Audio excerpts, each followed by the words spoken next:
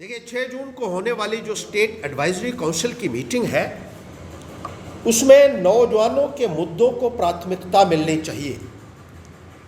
Lieutenant governor महोदय से हमारी ये अपील है कि जो पढ़ा लिखा युवा है जम्मू कश्मीर का, पिछले 4-5 सालों से उसको नज़रअंदाज जम्मू कश्मीर में किया जाता रहा है। ना के बराबर मुलाजमत दी गई पिछले 5 वर्षों में।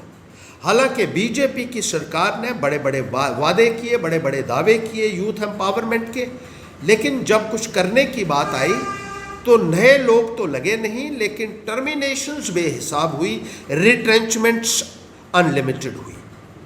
हेल्थ डिपार्टमेंट में SRO 24 के तहत लगे हुए हमारे जम्मू प्रांत के नौजवानों को डिसंगेज किया गया, जिसमें स्टाफ नर्सेज और दूसरे मेडिकल कर्मचारी थे, जो एक बहुत बड़ा अन्याय है इन कर्मचारियों के साथ। इसी तरीके से इंफॉर्मेशन डिपार्टमेंट में जो नौजवान काम करते थे उनको भी टर्मिनेट कर दिया गया कोरोना पैंडेमिक के दौरान, इनको भी बहाल किया जाना चाहिए।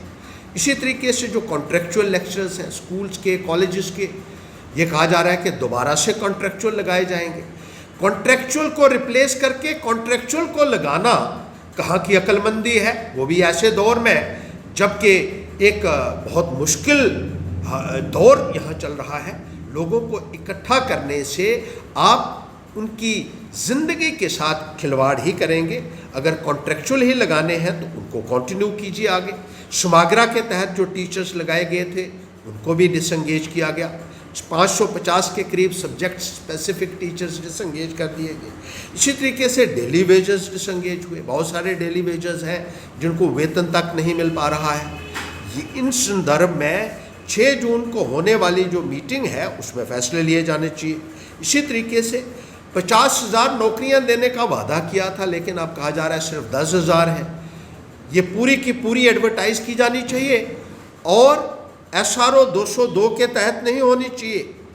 रेगुलर बेसिस के ऊपर इन नौजवानों को लगाया जाना चाहिए, परमानेंट लगाया जाना चाहिए, पूरी तनख्वाह के ऊपर लगाया जाना चाहिए, क्योंकि SRO 202 एक बहुत बड़ा मजाक है पढ़े लिखे युवाओं के साथ।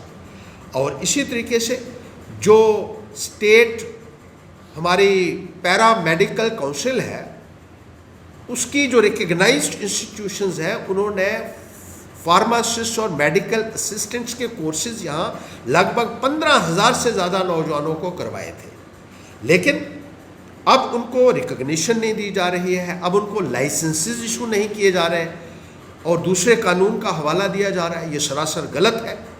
उनको भी वो लाइसेंसेस इशू किए जाने चाहिए, रिकॉग्नाइज किया जाना चाहिए, क्योंकि 3-3 साल लगाने के बाद अगर आप उनके कोर्सेज की जो है रिकग्निशन नहीं देंगे, मान्यता नहीं देंगे, तो एक बहुत बड़ी ज़्यादती उनके साथ होगी। इस संदर्भ में भी लेफ्टिनेंट गवर्नर महोदय को फैसला लेना चाहिए और उम्मीद रखते हैं कि ये यूथ के जितने भी इश्यूज़ हैं इनको एड्रेस किया जाएगा। ये एक बहुत ही कंसर्न की बात है कि मौजूदा सरकार ने जो बीजेपी की केंद्र में सरकार है और उन्हीं के जो हिदायतों के ऊपर यहाँ प्रशासन काम कर रहा है, हमारे पढ़े लिखे युवाओं को यहाँ जम्मू कश्मीर में बूट पॉलिश करने के लिए सड़कों के ऊपर बिठा दिया।